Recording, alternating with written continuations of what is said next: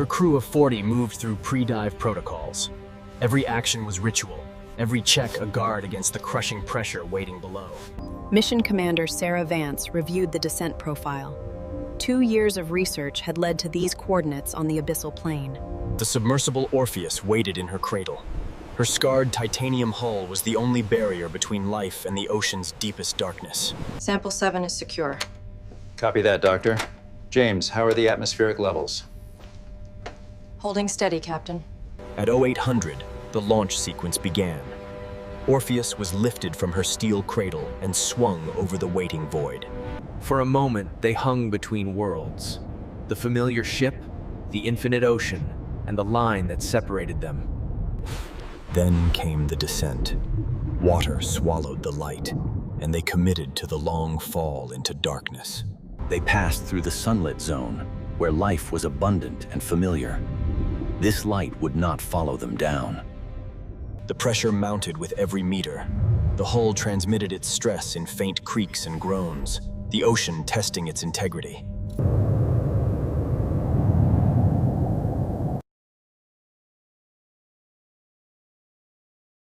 Chief Pilot Marcus Chen made adjustments with muscle memory earned over 10,000 hours in the deep. Here, every input was permanent. At 3,000 meters, Chen activated the lights. Archaeologist Elena Vasquez watched the abyssal plain unfold. She was looking for an anomaly. An hour into the search, the magnetometer registered a contact, a Ferris signature buried in the ooze 40 meters to port.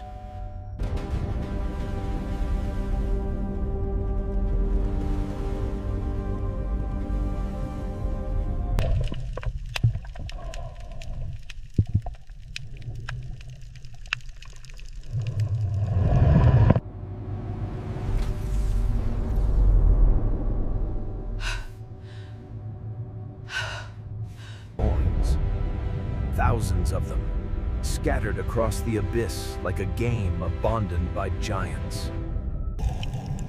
The gold retained its luster after 4 centuries in the dark.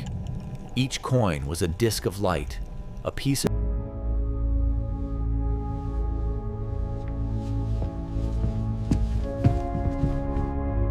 The recovery began not with collection, but with mapping.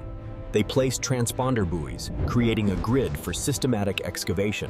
They would use a gentle suction dredge. The goal was to recover coins and sediment together, preserving the archaeological context. Too much suction would clog the system. Too little would leave the treasure behind. It was a ballet of precision under crushing pressure. Chen fought the current and the dredge's pull, holding position with thruster pulses measured in milliseconds. Stability was everything. The first cylinder filled. Inside was not just gold, but layers of time, sediment, shark teeth. For 6 hours, they worked.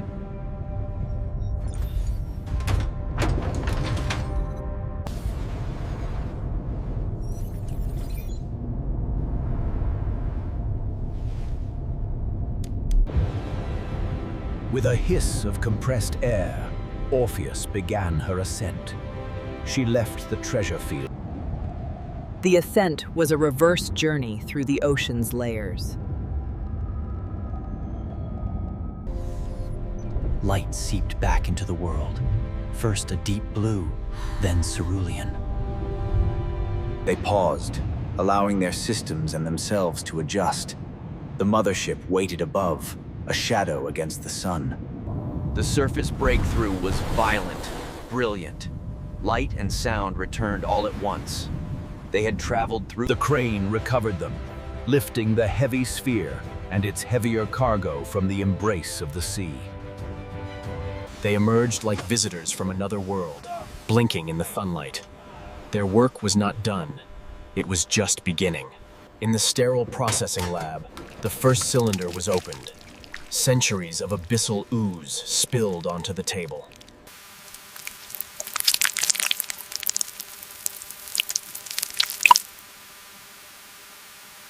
Vasquez lifted the first coin.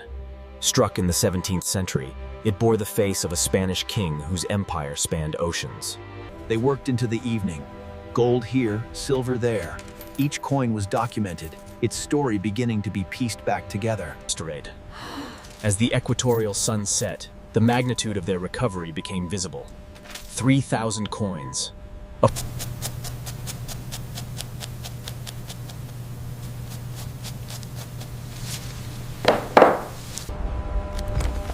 As the last sediment fell away, the gold awoke.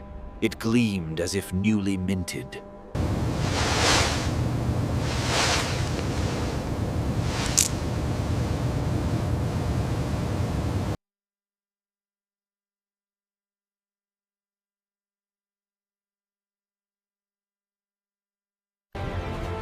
The ocean continued its eternal motion, already reclaiming the site far below. The night was for preparation, not rest. Orpheus was cleaned, inspected, and readied for her next descent. They reviewed the data from the first dive. The coin field was larger than projected. Multiple dives would be needed to complete the excavation. The scatter pattern told a story of catastrophic rupture. The galleon's strongboxes had burst apart during the...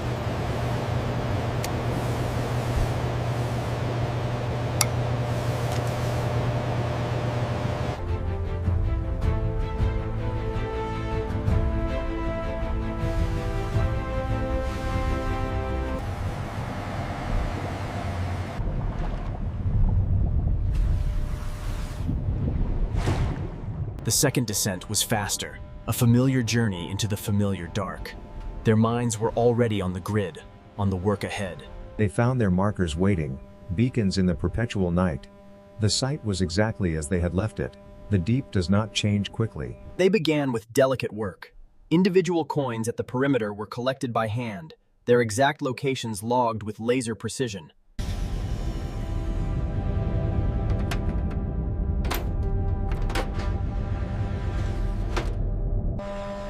Then, the dredge resumed. It uncovered pockets of silver coins, often cemented together by corrosion. 6 hours into the dive, a harmonic in the thruster assembly. Chen isolated the thruster. They would continue on 3. The mission was not compromised, but their margin for error had just vanished.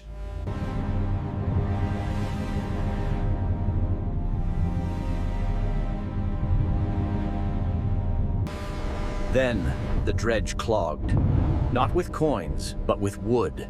A timber from the Santis Vela herself. Chen worked it free. The timber, likely a deck beam, came into view.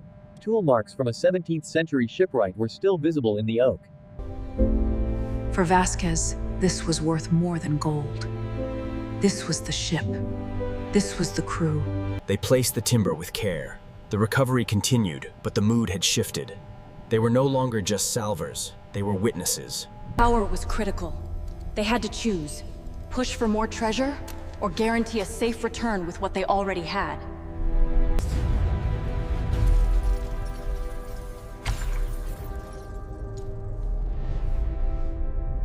They chose to surface. The treasure would wait. The ocean always kept something in reserve. The compromised thrusters made the ascent a fight. Chen wrestled with the controls, correcting the spin, listening to the hull speak its language of stress. A new alarm. A pressure seal was fatiguing. At this depth, a breach would be a death sentence, a violent implosion in milliseconds. Park isolated the system. The warning dimmed but didn't disappear. They ascended with a known, contained vulnerability, the only kind allowable. They surfaced into a squall. The recovery was rough, the deck slick with rain. Their return felt less like triumph and more like escape. The new haul was processed. The coins were counted. But all attention went to the timber, now soaking in conservation. Vance addressed her team. The thruster issue would be repaired. The weather would pass. They would go back down. The mission was not finished. For 36 hours, the crew worked in shifts. The submersible was stripped, inspected, and rebuilt. Chase. The timber spoke. Vasquez deciphered markings, a frame number, a shipyard symbol. It was a direct... The third dive commenced under a flawless sky. The submersible was perfect. This was their last descent. They knew the journey by heart now. The fading light, The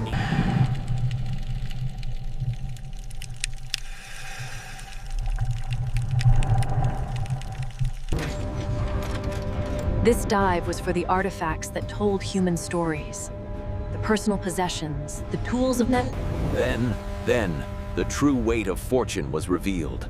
A silver ingot, one of the primary bars of treasure that... It was too heavy for standard retrieval. Chen used 2 arms in concert, lifting the bar with the care one would give a sleeping child.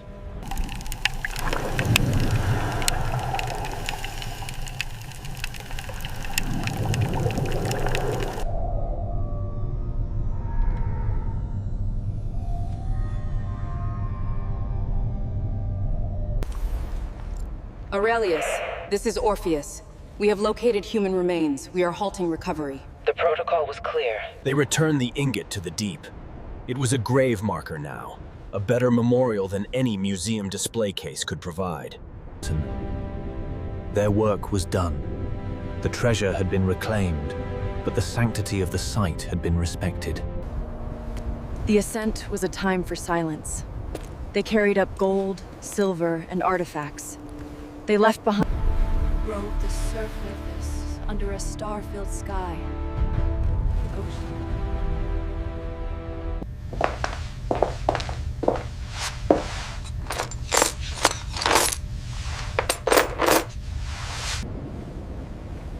Vasquez understood now. The real treasure wasn't the metal, it was the story. With the hold secured and the data logged, the Aurelius turned for home. Her purpose fulfilled.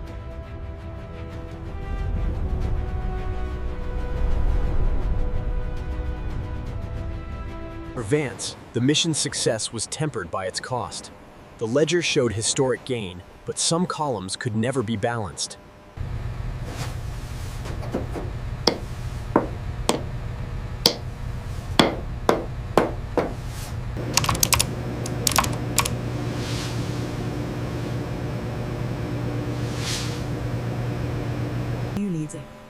Orpheus was cleaned and serviced. Her scratches and dents were not hidden, they were honored as records of a journey. The fortune was secured, inventoried, and prepared for the world it had left 4 centuries before. Landfall. The sight of the horizon broken by something other than water. Their welcome was quiet, bureaucratic. The fanfare would come later, in museums and press conferences. The transfer of custody. The treasure left the realm of the ocean and entered the realm of law, scholarship, and eventual public awe. Vance handed over the legal responsibility, but not the memory. That, and the weight of the bones they left behind, would remain with the crew forever. See you on the next one. Get some rest. Yeah, take care.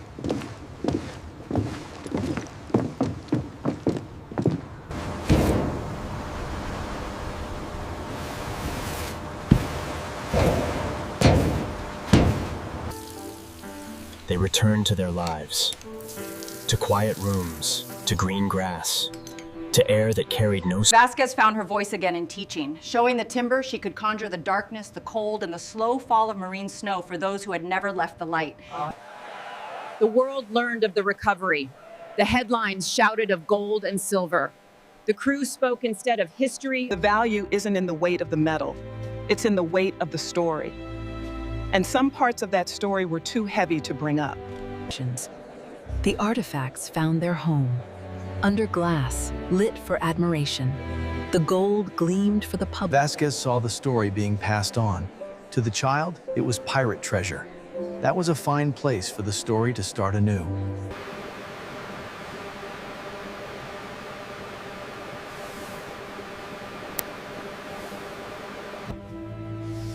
The calls for new missions came. The ocean held endless secrets. But Vance knew.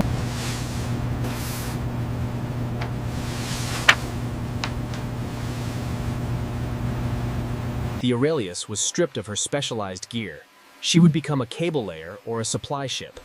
Her time as a treasure hunter was done. Orpheus was retired. A museum piece herself. Her pressure hull held the memory of festivals unmolded. They gathered, drawn by the shared gravity of their experience.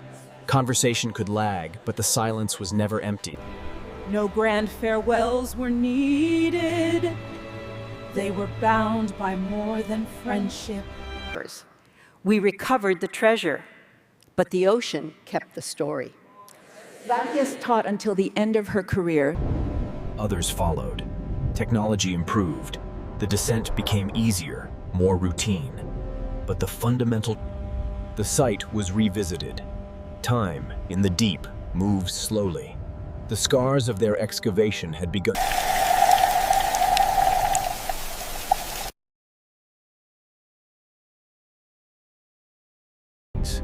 This new crew left a marker, not for navigation, but for remembrance.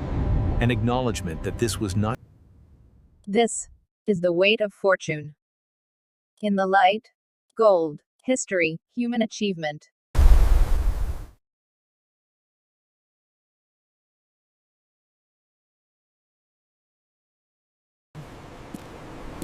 In her retirement, Vance lived by the sea.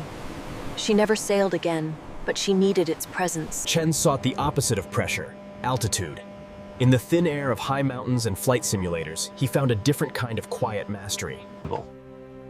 Park's fascination with contained systems never left.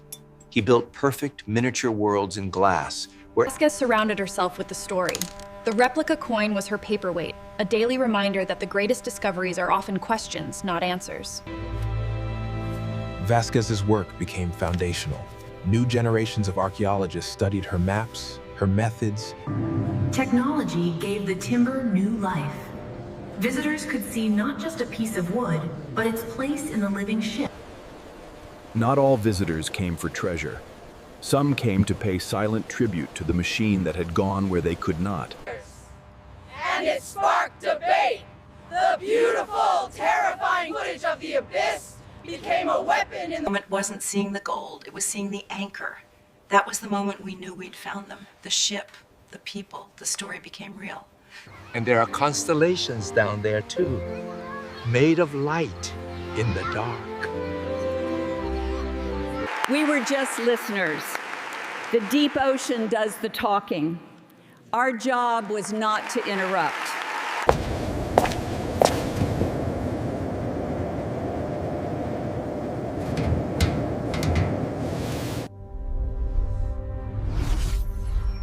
Historians integrated the find into the grand narrative of globalization. El barco se hundió. El oro ahora duerme con la gente del mar. The story entered.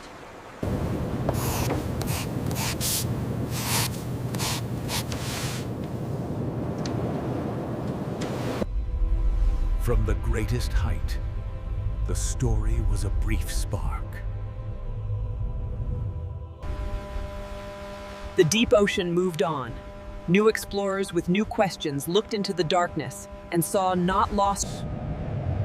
Time and the endless snow continued its work. Memorials faded.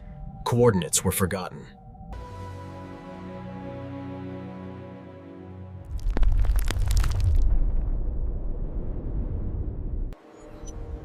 The coin rested.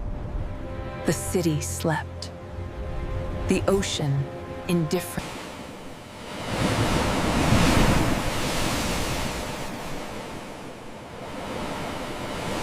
The mission entered the digital record. Its data became a permanent node in the network of human knowledge, available to any researcher with the right password. For students, it became an interactive lesson. The treasure was no longer buried. It was a floating hologram. Artists interpreted the find.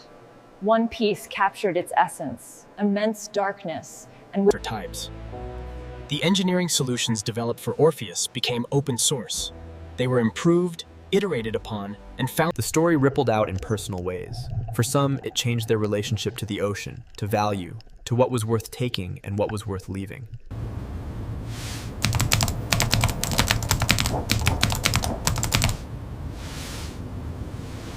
Scientists came to the same waters for different reasons. They sought not Spanish gold, but the black gold of climate data locked in deep-sea sediment. The work continued at the microscopic level. Each speck of pollen, each thread of fabric, told us. Technology offered a proxy for the experience. People could now dive to the site to feel the awe and the isolation. Zip. Vasquez's circle on the map finally became law. The site was granted permanent protected status, a sanct. Vance returned to the deep, not as an explorer, but as part of the endless cycle. She became marine.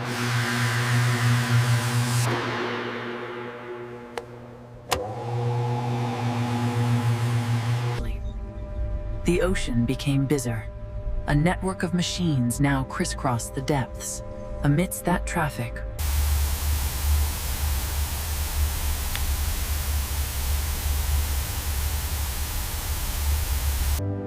the story traveled on airwaves, a modern campfire tale.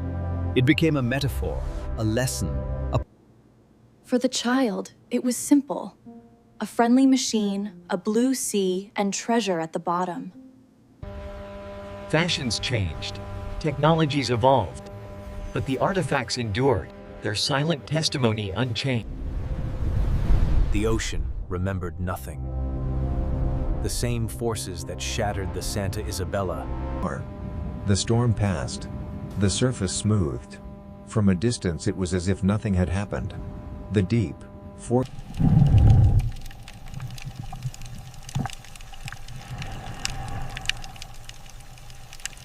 origins. The memory persisted in silicon and electricity. A perfect, cold, permanent copy of the experience, lacking only.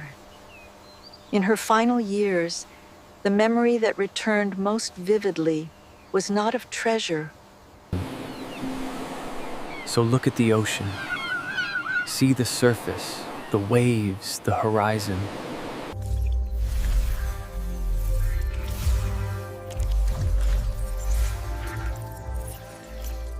Machines returned, not to take, but to remember with perfect clarity. They documented the slow, geological healing of the seabed. The discipline evolved. The Santa Isabella became a classic case study in the ethics of recovery, a benchmark for minimal intervention practices. The artifacts spawned perfect replicas. The originals rested in climate-controlled vaults, while their digital and physical... The imagery of the fragile deep, once a backdrop for treasure hunters, became a rallying cry. The story completed its circle, returning to the lands where the metal was born. It was remade into myth. Her simple act of drawing a circle was reframed. It was no longer a note. It was a declaration of prison. The two frontiers spoke to each other. Those who looked into the void above found resonance with those who had looked into the void below. Events say, the submersible was treated not as a relic, but as a living patient. Its preservation act was an act of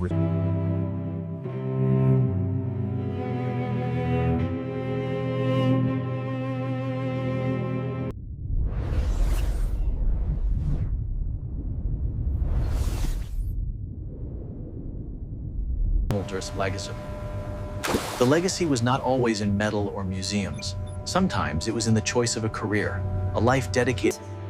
From a certain distance, the planet was just a blue marble.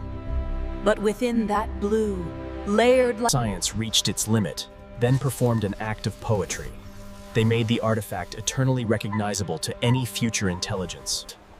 The physical world moved on. Ships were scrapped. Ports were abandoned.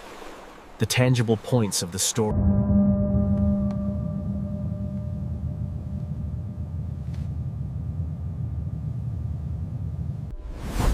The connection was always there, a thread through water, time, and glass. The coin was both here and there, and in the deep, the memory of the visit faded. The current smoothed the last traces. The darkness... The story's final form was not preservation, but creation. In the hands of children, it became clay.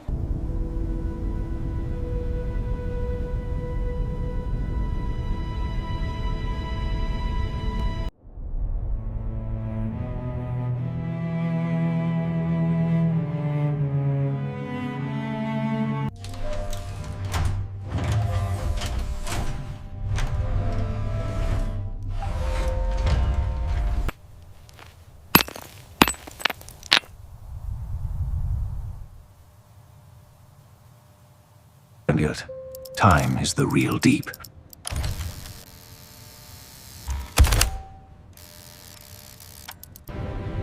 This was the threshold. The broken mirror between air and water, life and...